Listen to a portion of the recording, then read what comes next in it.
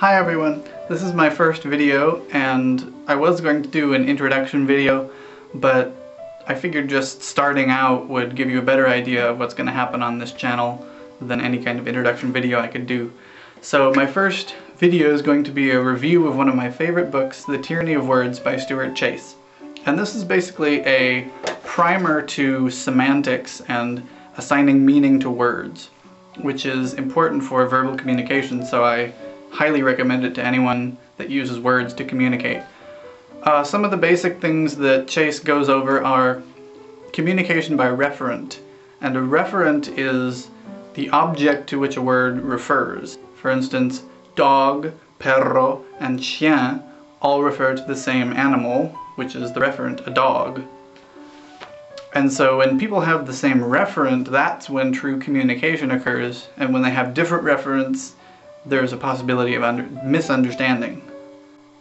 Another thing he goes over is the danger of abstracts, which are words that don't have a physical referent. Things like fascism, justice, liberty, these are abstract concepts that you can't, for instance, point and say, there's liberty right there, because it's an abstract concept. So there's a lot more to semantics than that, but Chase basically goes through different disciplines: economics, science, politics, philosophy, and he goes so far as to try to explain how language shapes the way we think, and how semantic confusion can lead to all sorts of other confusion. And so having a clear understanding of semantics is really the jumping off point for basically any other type of academic discourse or political discourse or anything of that nature. So I highly, highly recommend this book. Again, it's The Tyranny of Words by Stuart Chase. I'll put the information in the low bar, and I hope you read this book because it's really, really important. And it's just changed the way I read everything now, and the way I listen to speeches, and the way I talk myself.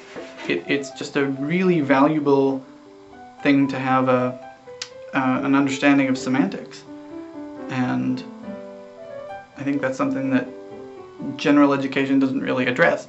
So read that book, and I want to hear your recommendations for other types of books that are in this same category of communication and language, and if you have read the book, let me know what you think. For those of you who are viewing this on my eJohnP90 channel, I have actually started a second channel, and you should go subscribe to that one, because I'm not sure if I'm going to keep this eJohnP90 account around or not. So I encourage you to go subscribe to that channel, and if you're watching this on my Second Verse Society channel, please subscribe. I'll put links to all the channels and whatnot in the low bar.